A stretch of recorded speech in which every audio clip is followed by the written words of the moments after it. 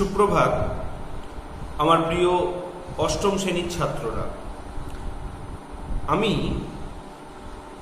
তোমাদের বিদ্যালয়ে বাংলা ভাষা এবং সাহিত্য বিভাগের একজন শিক্ষক, তোমাদের এসকে আসে। আজকে আমি আমার আলোচনার বিষয় হিসাবে বেছে নিয়েছি তোমাদের একটি খুব পরিচিত কবিতা। কেন পরিচিত কবিতা বললাম? এই কারণেই, কারণ এই কবিতাটা যেটা আমি আজকে বেছেছি আলোচনার জন্যে, এই কবিতাটা তোমাদের কিন্তু প্রত্যেকেরই আশা করি পড়া হয়ে গেছে। হ্যাঁ, এটা পড়া হয়ে যাওয়া সকলেরই উচিত, কিন্তু আজকে এই কবিতাটা পড়াতে হচ্ছে। খুব ভালো একটি কবিতা। সেই কবিতাটা পড়ার আগে একটা কথা বলার, যে কথাটা হচ্ছে আজকের এই কবিতাতে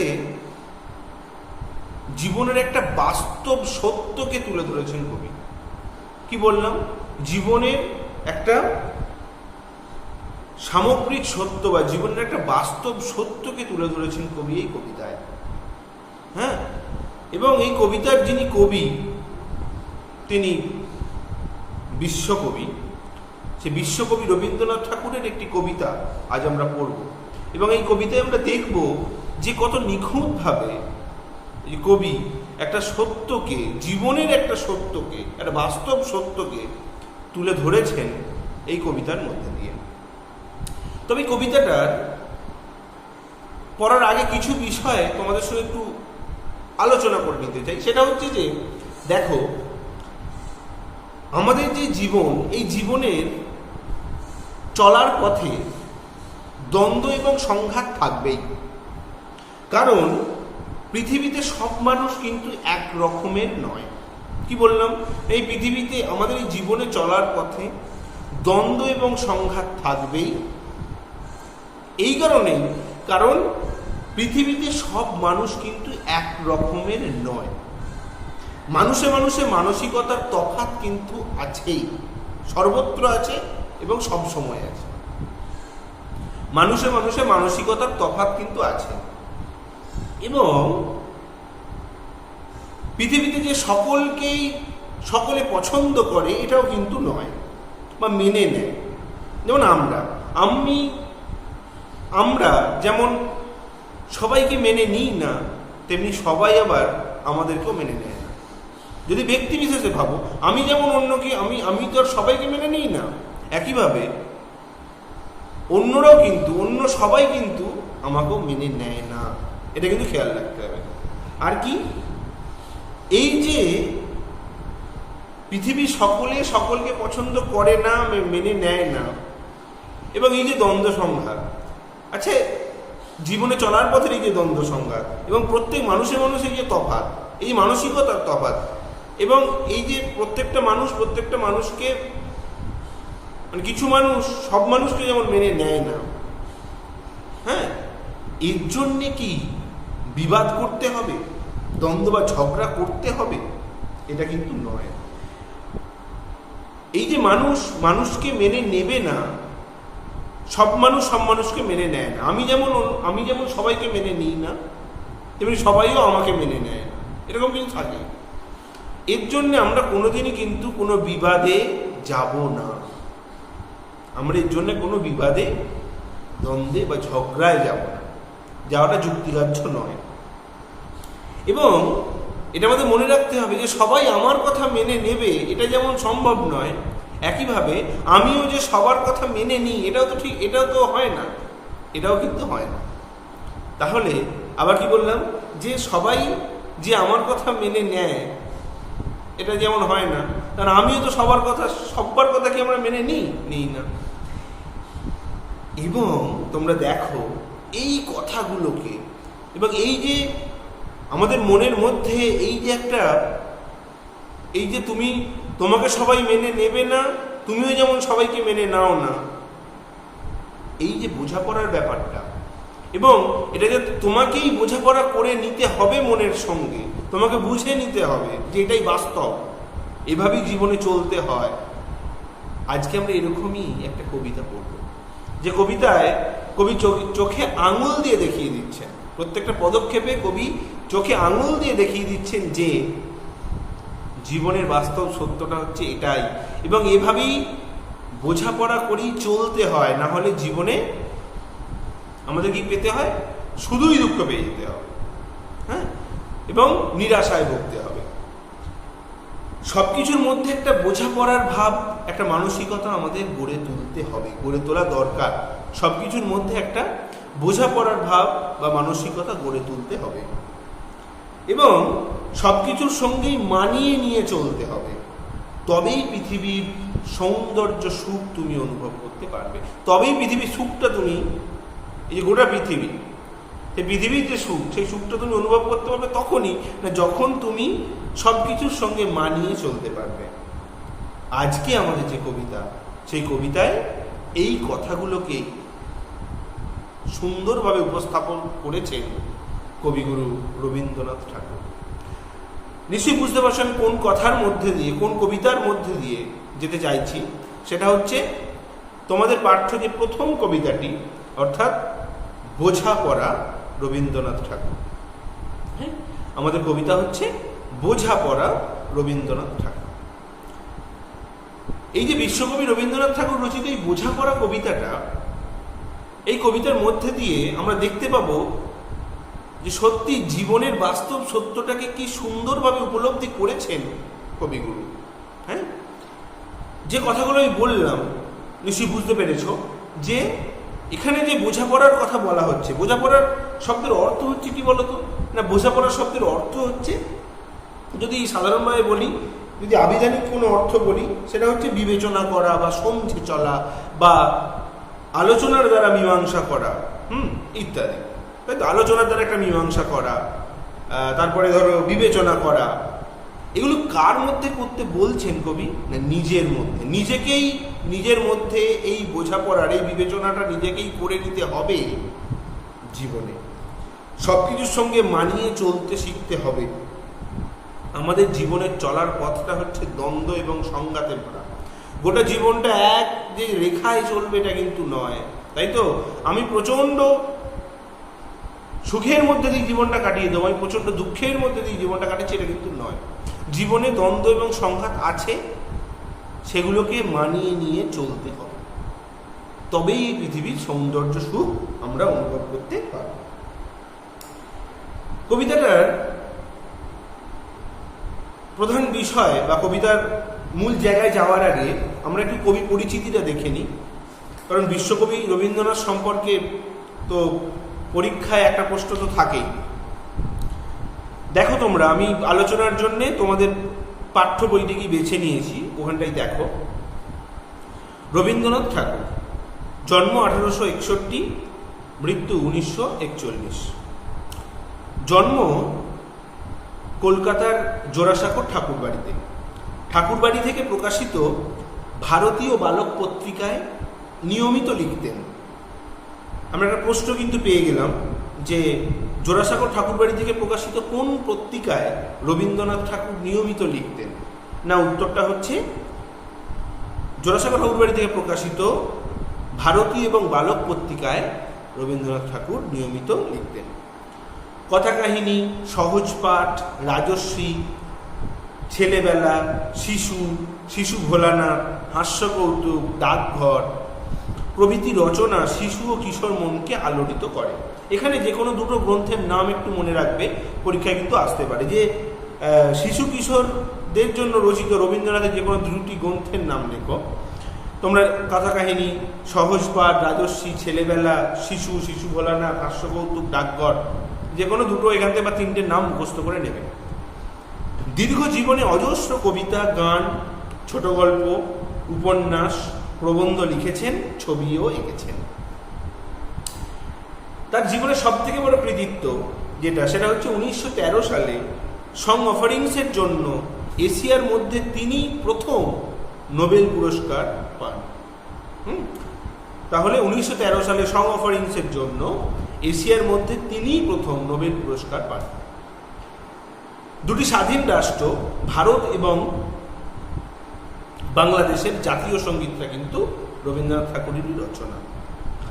এই মোটামুটি আমাদের আলোচনার জায়গা ছিল কবি পরিচিতিতে। তা কবি পরিচিতির ক্ষেত্রে দুটো প্রশ্ন এখানে আছে, সেটা হচ্ছে যে জোড়াসাগর ঠাকুরবাড়িতে থেকে কোন কোন পত্রিকায় তিনি লিখতেন, না উত্তর বলে দিয়েছি, ভারতী এবং বালক পত্রিকায়। আর একটা প্রশ্ন হচ্ছে ভারতের কোন প্রতিবেশী দেশে তার লেখা জাতীয় সঙ্গীত হিসেবে গাওয়া হয়, এই বাংলাদেশে। আরেকটা প্রশ্ন আছে যে তার রচিত যে কোনো দুটি তিনটি গ্রন্থের নাম লেখো। তোমরা কথা কাহিনী, সহজপাঠ, রাজশ্রী, ছেলেবেলা, শিশু ভোলানাথ, যে কোনো দুটো তিনটের নাম মুখস্থ করে নেবে। আর একটা প্রশ্ন হচ্ছে, যে প্রশ্নটা কবিতার কেন্দ্রিক প্রশ্ন, সেটা হচ্ছে যে আজকের আমাদের এই পাঠ্য বোঝাপড়া কবিতাটি কবির কোন কাব্যগ্রন্থ থেকে নেওয়া হয়েছে। না, বোঝাপড়া এই কবিতাটি কবির খনিকা কাব্যগ্রন্থ থেকে নেওয়া হয়েছে। কয় মধ্যাহ্নস্বয়ে, মধ্যাহ্নয় হস্যই কয়ে আঁকা, এটা মধ্যাহ্নয় হস্যই, হ্যাঁ, খেয়াল রাখতে হবে। খনিকা কাব্যগ্রন্থ থেকে নেওয়া হয়েছে। এটা একটা ভালো প্রশ্ন, হ্যাঁ, পরীক্ষায় পড়তে পারে, এটা একটু খেয়াল রাখবে। পাঠ্যক আমাদের আজ বোঝাপড়া কবিতাটি কোন কাব্যগ্রন্থ থেকে নেওয়া হয়েছে, না খনিকা কাব্যগ্রন্থ থেকে নেওয়া হয়েছে। এবার আমি সরাসরি একেবারে কবিতায় চলে আসছি। তো কবিতাটা প্রথমে একবার আমি নিজের মতো করে পড়ছি।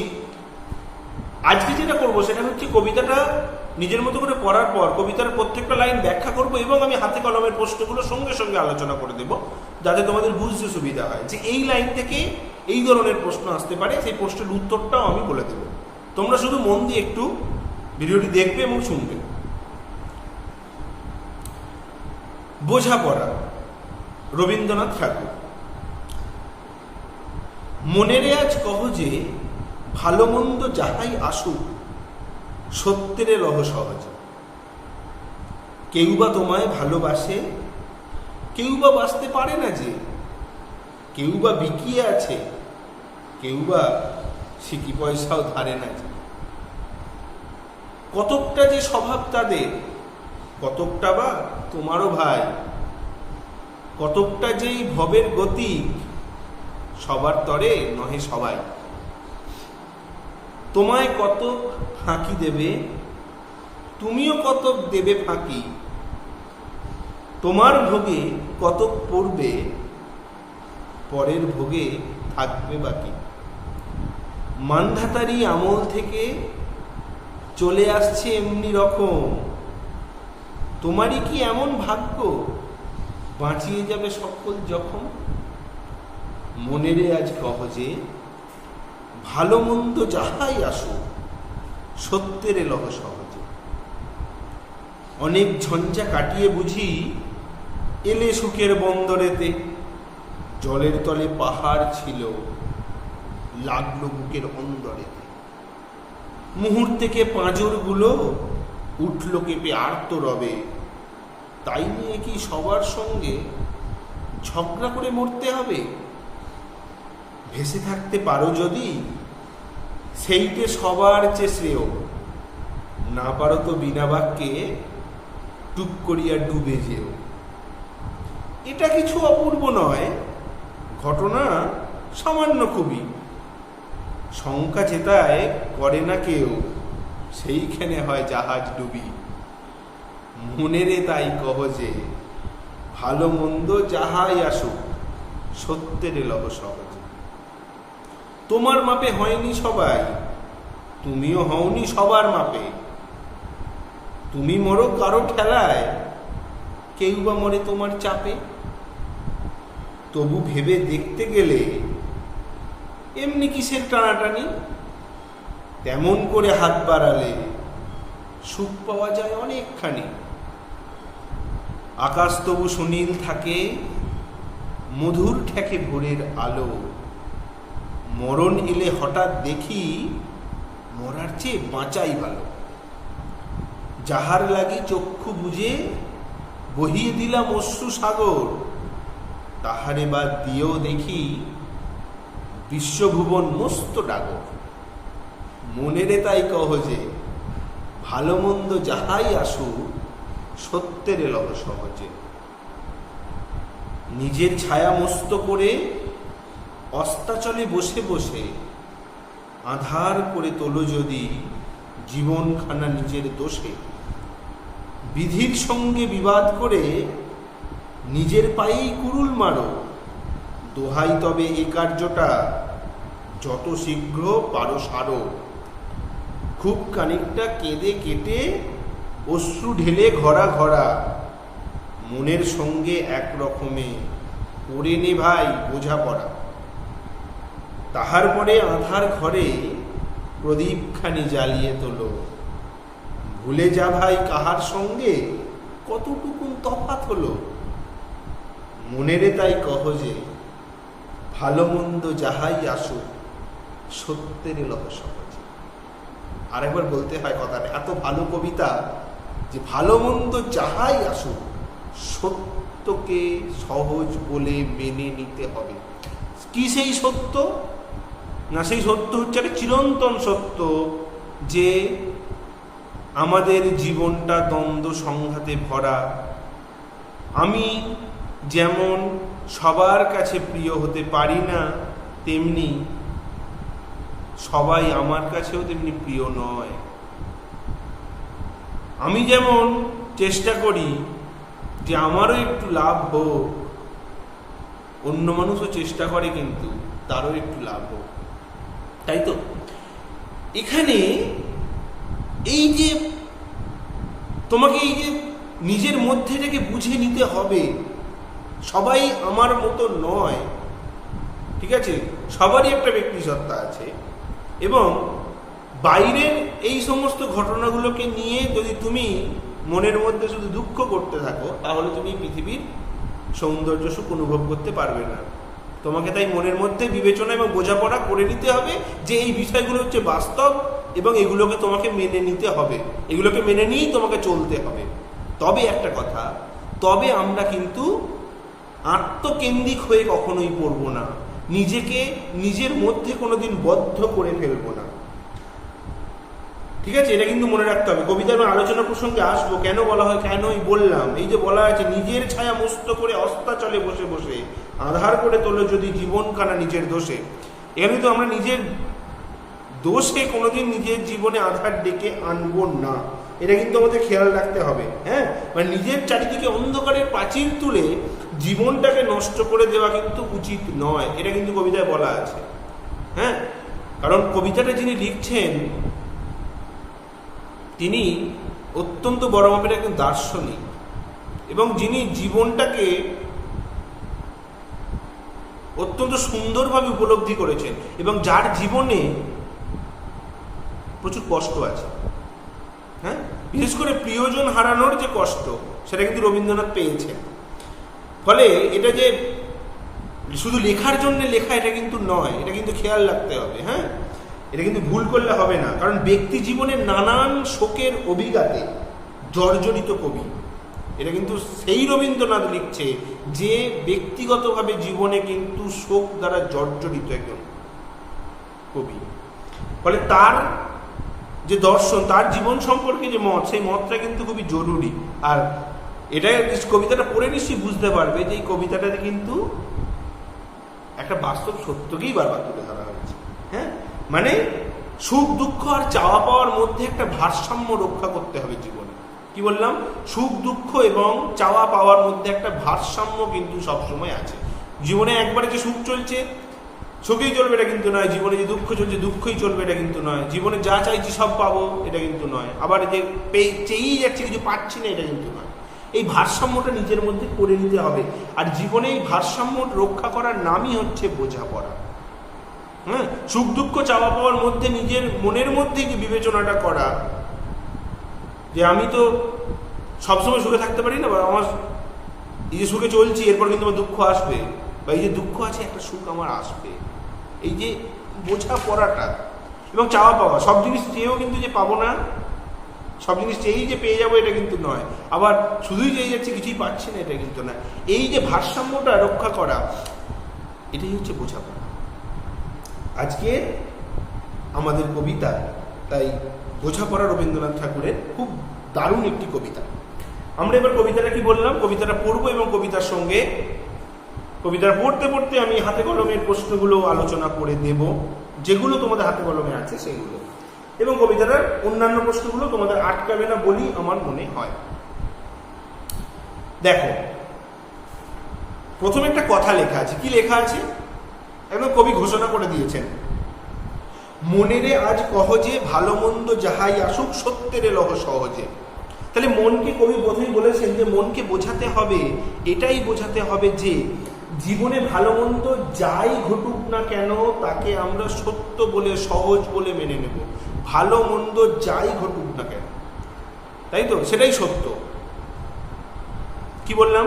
তাহলে মনকে বোঝাতে হবে এটাই যে ভালো মন্দ যাই ঘটুক না কেন সেটা তাকে সত্য এবং সহজ বলে মেনে নিতে হবে। শুধু ভালোটাকেই আমরা সবসময় মেনে নেব, খারাপটাকে মেনে নেব না, এটা কিন্তু নয়। হ্যাঁ, এটা কিন্তু খেয়াল রাখতে হবে। তাহলে মনের আজ কহছে ভালো মন্দ যাহাই আসুক সত্যের লহ সহজে। আমরা সবসময় সত্যকে মেনে নেব, ভালো মন্দ যা আসুক সেটাকে সহজভাবে সত্য বলে মেনে নেব। এই জন্য করে অত কঠিন করে, অত দুঃখ দিয়ে মানব না, সহজভাবে মেনে নেব। হ্যাঁ, খুব বেশি উদ্বিগ্ন হয়ে পড়বো না, এটা কিন্তু খেয়াল রাখতে হবে।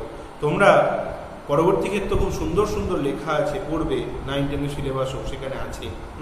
খুব যে কোনো বিষয় নিয়ে এত বেশি বিচলিত হয়ে পড়বো না, তাই তো। আমাদের সব কিছুকে সত্য এবং সহজ বলে মেনে নিতে হবে, ভালো এবং মন্দ যেটাই জীবনে আসুক। কারণ জীবনটা হচ্ছে দ্বন্দ্ব সংঘাতে ভরা। জীবনে সুখও আছে, দুঃখ আছে, জীবনে অনেক চাওয়া আছে, অনেক আবার না পাওয়া আছে, এটা কিন্তু ভেবে নিতে হবে। তারপরে বলছেন, দেখো কবি কি বলছেন, কেউ বা তোমায় ভালোবাসে, কেউ বা বাঁচতে পারে না। যে সত্যি কথা, যে কোনো ব্যক্তি সকলেরই যে ভালোবাসা পাবে এটা কিন্তু নয়, এটা হতে পারে না। একটা ব্যক্তি সবারই ভালোবাসা পেতে পারে না, এটা হতে পারে না।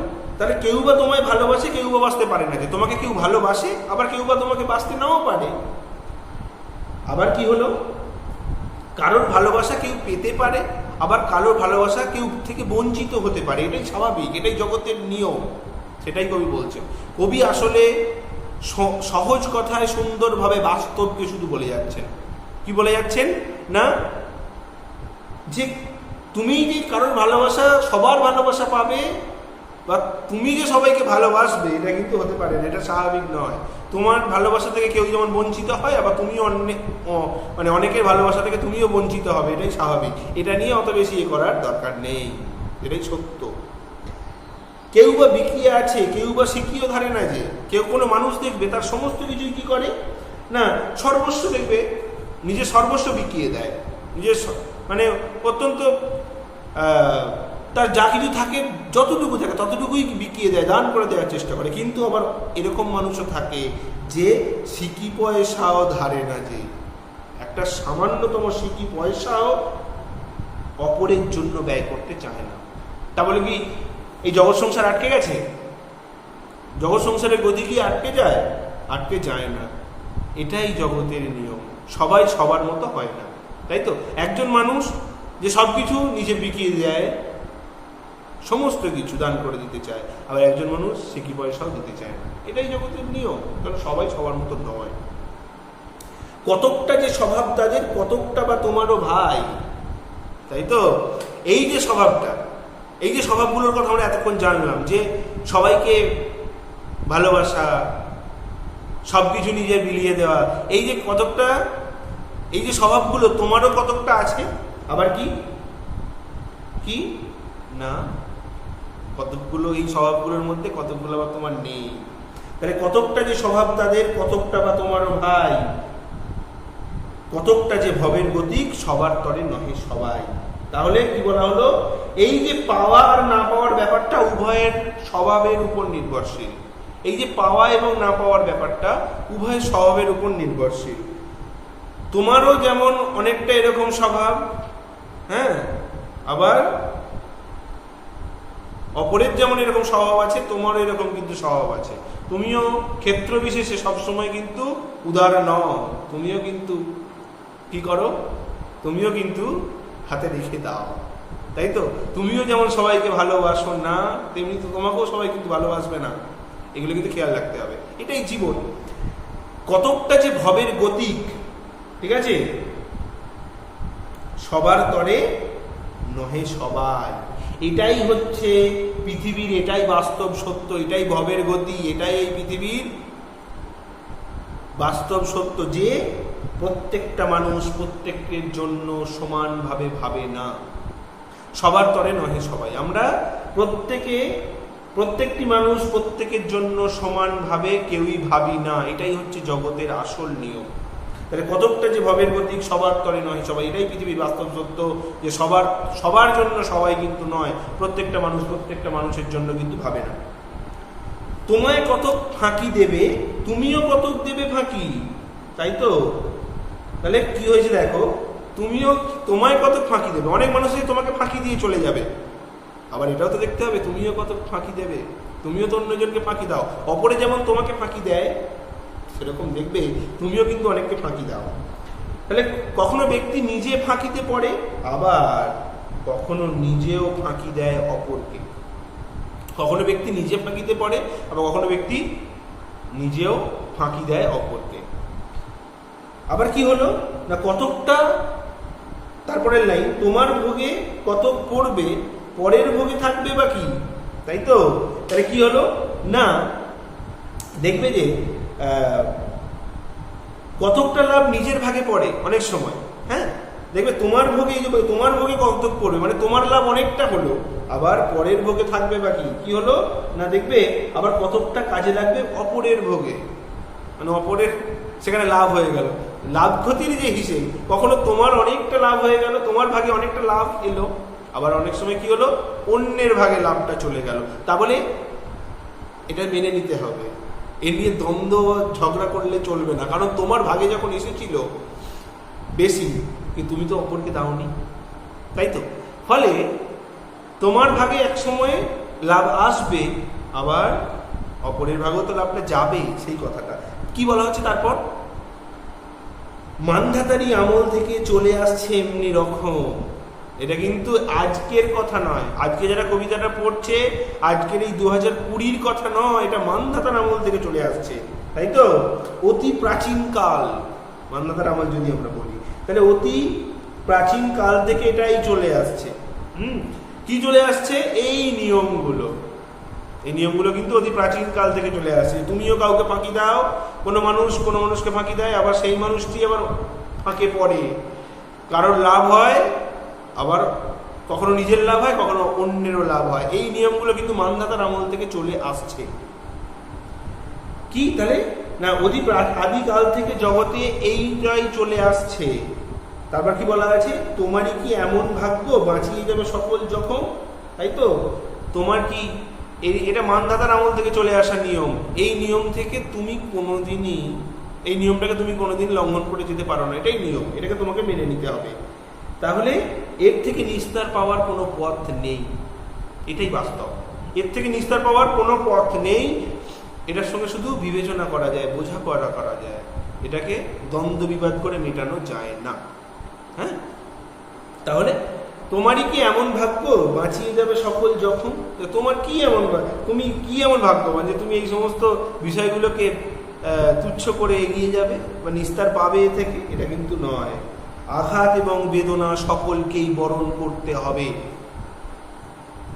জীবনের এই আঘাত, জীবনের এই বেদনা সকলকেই বরণ করতে হবে, এটা নিয়ে থেমে গেলে কিন্তু হবে না, এগিয়ে যেতে হবে, তাই তো? নিজের মনকে এটা বুঝিয়ে দিতে হবে, এটাই হচ্ছে কথা। তাহলে আঘাত এবং বেদনা সকলকেই বরণ করতে হয়, তাই কবি বলছেন মনের আজ কহজে ভালো মন্দ যাহাই আসুক সত্যের লহ সহজে। কবিতাই বলছেন যে ভালো মন্দ, তাই মনকে বোঝাতে হবে যে ভালো মন্দ যা সব কিছুতেই সহজভাবে স্বীকার করে নিতে হবে, ভালো মন্দকে সব কিছুকেই সহজভাবে স্বীকার করতে হবে। ভালোটাকে সহজভাবে স্বীকার করবো, মন্দটাকে স্বীকার করছি না, এটা কিন্তু নয়, দুটোকেই সহজভাবে স্বীকার করতে হবে। আচ্ছা, এবার দেখো খুব সুন্দর এবার জায়গাটা আসছে, কি না, অনেক ঝঞ্ঝা কাটিয়ে বুঝি এলে সুখের বন্দরেতে। অনেক ঝঞ্ঝা মানে অনেক ঝড়, এখানে ঝড় বলতে অনেক ঝঞ্ঝা কাটিয়ে, অনেক দুঃখ কাটিয়ে তুমি কি করলে, তুমি যখন মনে করলে অনেক ঝঞ্ঝা অনেক দুঃখ কাটিয়ে তুমি মনে করলে এবার আমি জীবনে সুখের সন্ধান পাবো, এলে সুখের বন্দরেতে।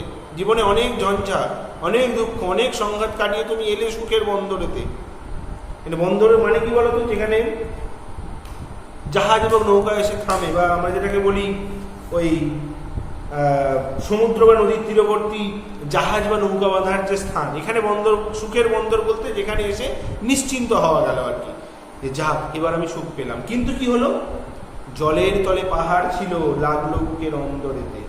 কিন্তু অনেক ঝঞ্ঝা কাটিয়ে তুমি যখন ভাবলে যে এবার আমি সুখের সন্ধান পেয়েই গেছি, কিন্তু কি হলো, তখনই কোনো নতুন আঘাত নেমে এলো জীবনে। তাই তো, জলের তলে পাহাড় ছিল, লাগলো বুকের অন্দরেতে। জলের তলাতেই কোথায় পাহাড়টা ছিল এবং একেবারে বুকের মধ্যে এসে লাগলো, মানে গভীর বেদনা এলো একেবারে। তাই তো, মানে কি বোঝানো হয়েছে, অন্দরে মানে একেবারে ভিতরে লাগলো আঘাতটা। তাহলে তখন যখন তুমি ভাবলে যে অনেক দুঃখ কাটিয়ে আমি এসেছি একটা সুখের রাজ্যে, আমি এবার সুখ পেলাম, কিন্তু কি হলো না, তখনই কোনো নতুন আঘাত নেমে এলো জীবনে, তখনই কোনো নতুন আঘাত জীবনে নেমে এলো। এমন ঘটনা প্রায় ঘটতে দেখা যায়, তখনই কোনো না কোনো আঘাত জীবনে নেমে এলো। তা বলে কি ভেঙে পড়লে চলবে? চলবে না, তাই তো। কারণ ওটাকেই তোমার বাস্তব বলে মেনে নিতে হবে, যে এটাই বোধহয় আমার ভবিতব্যে ছিল। বারবার এটা কিন্তু একটু খেয়াল রাখতে হবে। হ্যাঁ, এগুলো আলোচনায় আমরা পরে আসবো, দেখবে যখন প্রশ্ন উত্তরে। কারণ মানুষ সবসময় কার্যকারণের বাইরে অনেক কিছু কাজ হয়ে যায়, সেগুলোর কোনো উত্তর আমরা পাই না। জীবনের সব কাজের কিন্তু উত্তর পাওয়া, উত্তর খোঁজ করতে যাওয়া কিন্তু খুব কঠিন, এটা কিন্তু খেয়াল রাখতে হবে। হ্যাঁ, সেটাকে আমাদের ভাগ্য বলে মেনে নিতে হয়।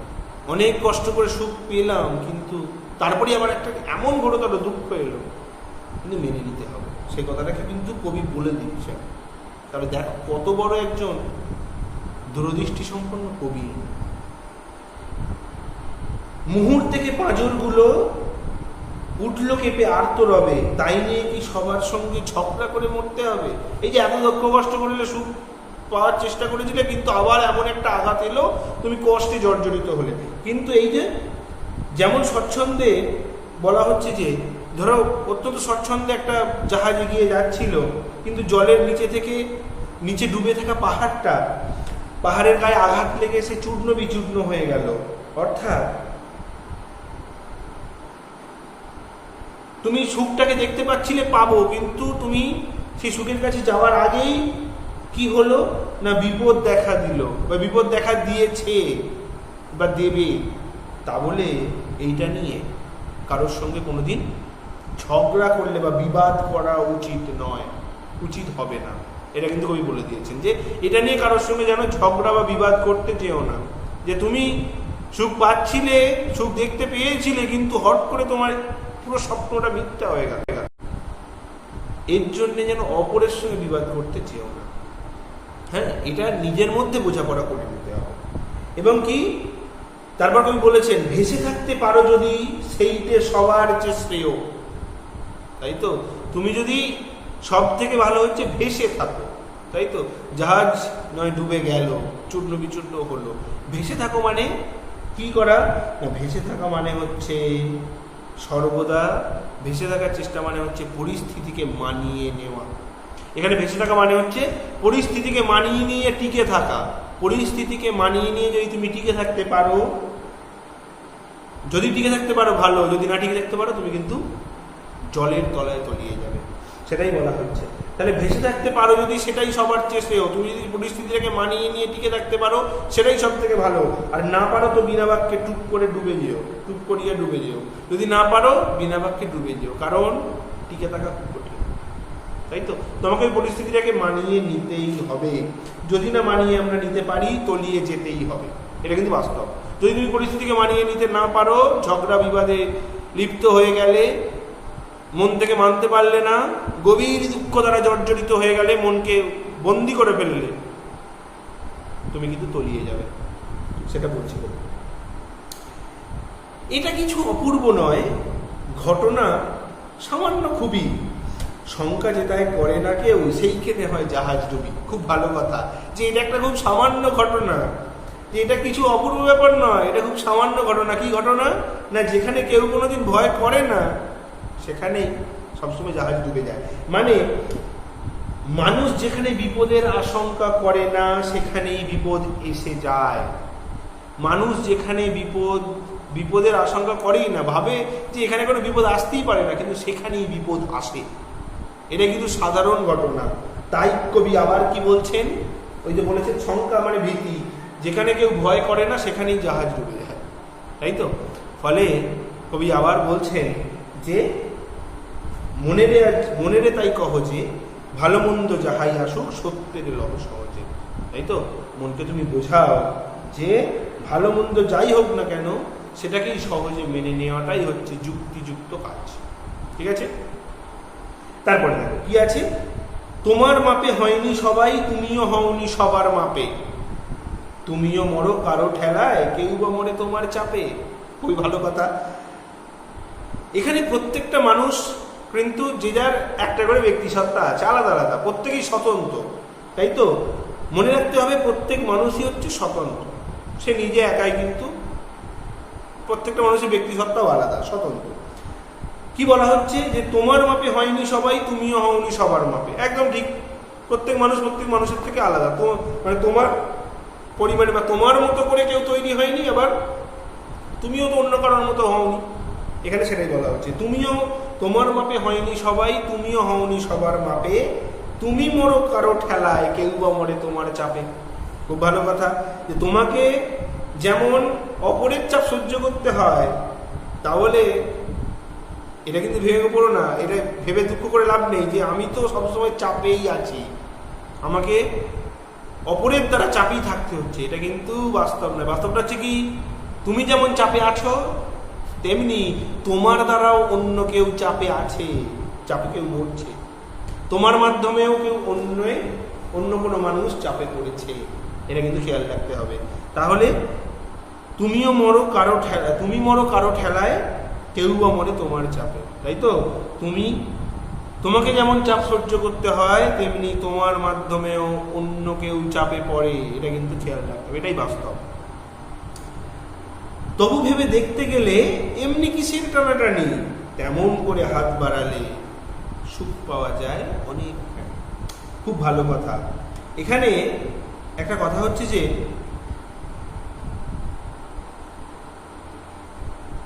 এই যে মানুষ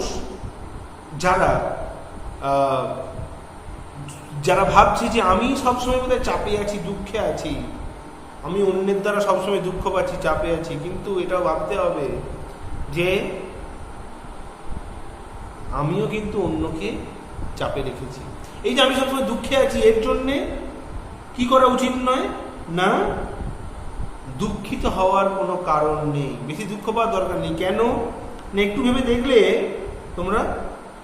ভেবে দেখলেই আমরা কিন্তু সুখ পেতে পারি। এখানে এই যে লাইনটা খুব গুরুত্বপূর্ণ, তেমন করে হাত বাড়ালে সুখ পাওয়া যায় অনেকখানি। এখানে যে তেমন করে হাত বাড়ালে সুখ পাওয়া যায় অনেকখানি, এখানে বলতে কি বোঝানো হয়েছে, এটা তোমাদের হাতে কলমে একটা প্রশ্ন আছে, দেখবে না?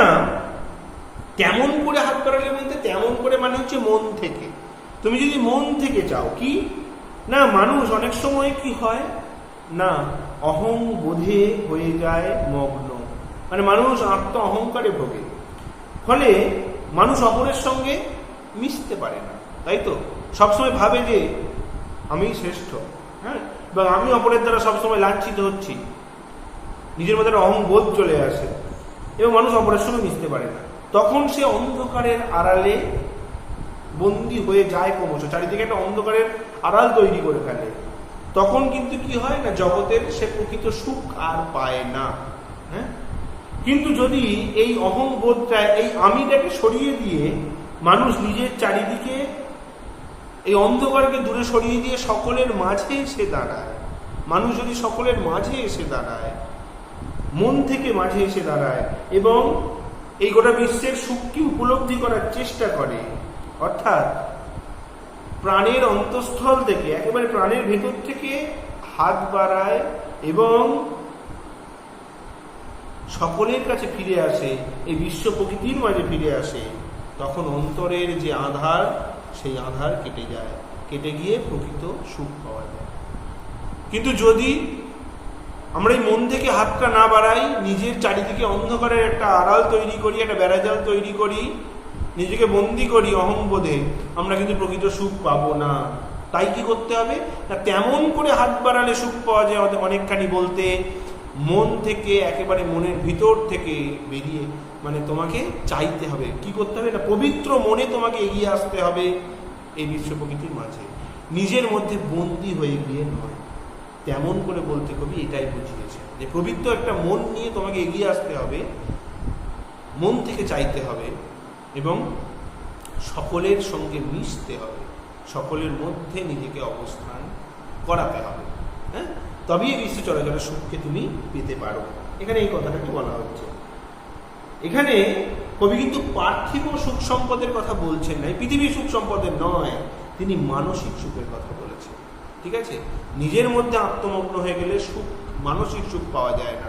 সবার কাছে এসে যদি তুমি নিজের কথাগুলোকে বলো, প্রকাশ করো, নিজেকে যত বেশি প্রকাশ করবে তত বেশি সুখ পাবে।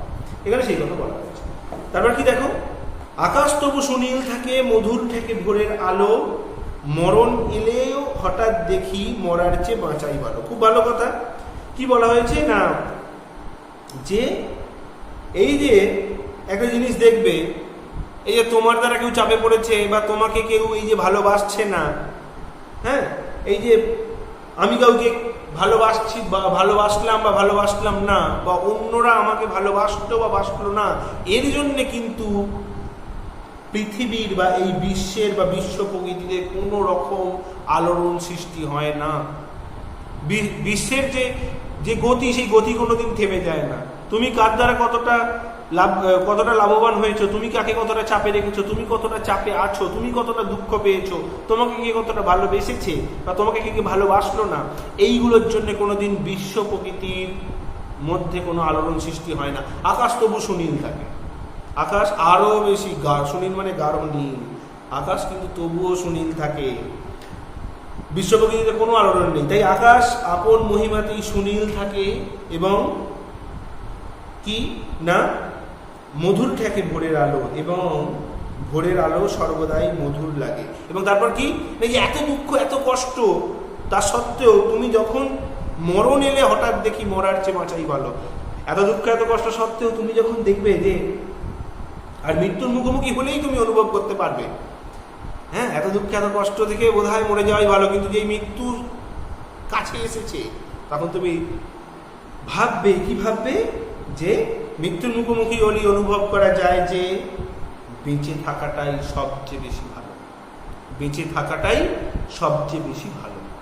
এটা যাহার লাগি চক্ষু বুঝে বহিয়ে দিলাম অশ্রু সাগর, তাহারে বাদ দিয়েও দেখি বিশ্বভুবন মস্ত ডাগর। তাই তো, খুব ভালো একটা জায়গা আমরা পেলাম, যে যার জন্য আমরা চক্ষু বুঝে, মানে চক্ষু বন্ধ করে বহিয়ে দিলাম অশ্রু সাগর, একদম চোখের জল কি করলাম না, চোখের জল প্রচুর পরিমাণে বহিয়ে দিলাম, তাহারে বাদ দিয়েও দেখি বিশ্বভুবন মস্ত ডাকো। তাকে বাদ দিয়ে কি দেখলাম না, ব্যক্তি বিশেষের জন্য মহাবিশ্বের কারো সুখের দরজা বন্ধ হয় না। তাই তো, ব্যক্তির জন্য কোনোদিনই বিশ্ব প্রকৃতিতে কোনো রকম আলোড়ন সৃষ্টি হয় না। ব্যক্তি বিশেষের জন্য মহাবিশ্বের যে সুখের দরজা সেটা বন্ধ হয় না, কারণ বলে দেওয়া হয়েছে যে তাহারে বাদ দিয়েও দেখি বিশ্বভুবন মস্ত ডাগর। তুমি যার জন্যে এত বেশি কষ্ট করছিলে, চোখের জল বা মানে বইয়ে চলছিলে, অশ্রু সাগর তৈরি করছিলে আর কি, তাকে বাদ দিয়েও কি আছে, গোটা বিশ্বভুবন পড়ে আছে। তাই তো, ওদের দুঃখের কি আছে? তাহলে তাহারে বাদ দিয়েও দেখি বিশ্বভুবন মস্ত ডাগর। অবশ্যই, কারণ বিশ্বভুবন অনেক বেশি উদার, অনেক বেশি প্রশস্ত। সেই বিশ্বভুবনকে উপলব্ধি করতে হবে, সেই বিশ্বভুবনের সুখটাকে উপলব্ধি করতে হবে। কবি আবার বলছেন যে এই বিশ্বভুবন হচ্ছে উদার এবং অনেক প্রশস্ত, সেখানে বেঁচে থাকার বহু উপকরণ আছে। তাই তো, শুধুমাত্র একটা নিয়ে, একটা দুঃখ, একটা কষ্টকে নিয়েই কেন জীবন চলে যাবে? তাই তো, তাহলে সেখানে অনেক উপকরণ আছে, অনেক সুখের জিনিস আছে। তাই মনের আজ কহজে, ভালো মন্দ যাহাই আসুক সত্যের লহ সহজে। তাই কবি আবার বলছেন যে মনকে এটাই বারবার বোঝাতে হবে, এটাই কথাটা বলি বোঝাতে হবে যে ভালো মন্দ যাই ঘটুক না কেন সত্যকেই সহজ বলে মেনে নেব, সেটাই মেনে নিতে হবে, উচিত।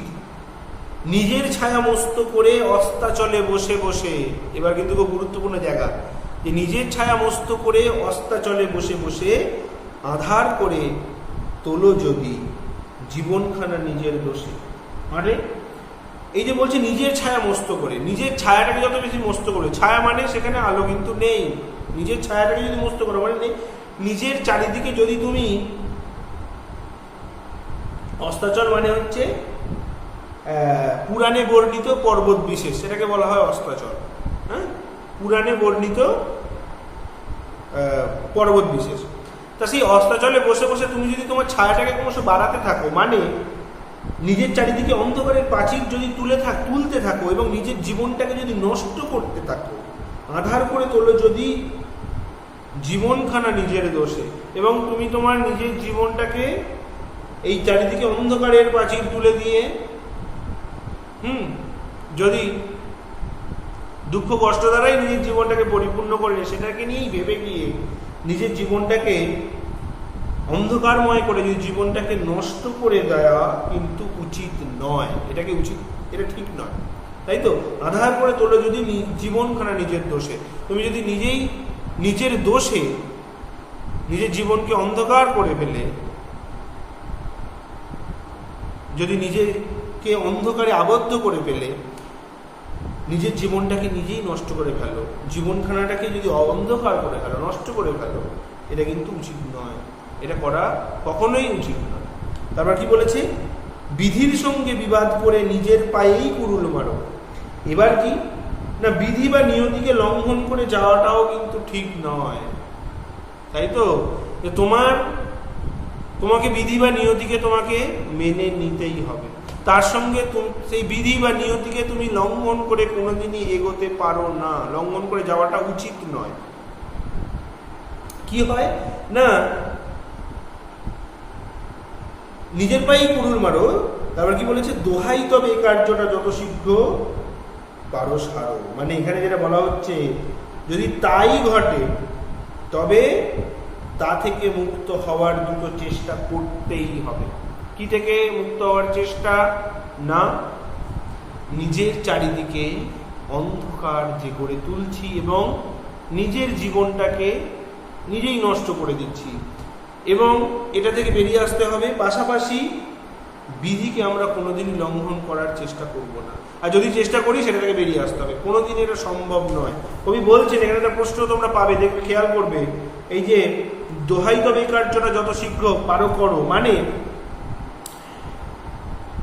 এখানে যেটা বোঝানো হচ্ছে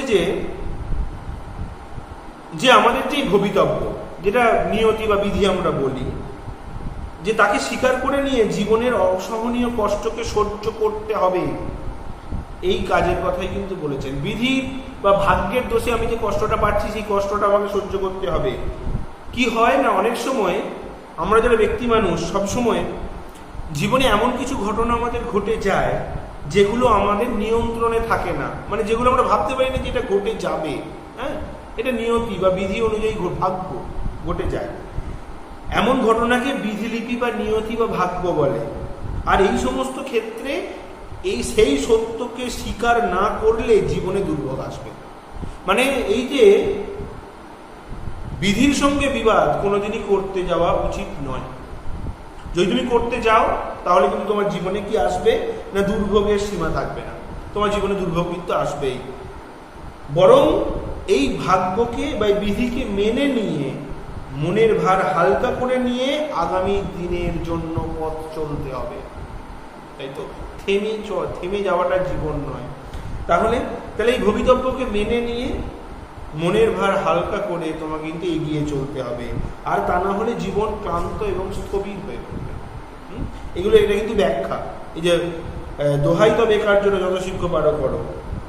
হ্যাঁ, তাই এই কারণেই যুক্তিটি করেছেন, মানে আমাদের এই জীবনের অসহনীয় কষ্টকে সহ্য, বিধি দ্বারা যে অসহনীয় কষ্ট সেটাকে সহ্য করতে হবে, এটাকে আমরা লঙ্ঘন করতে পারি না।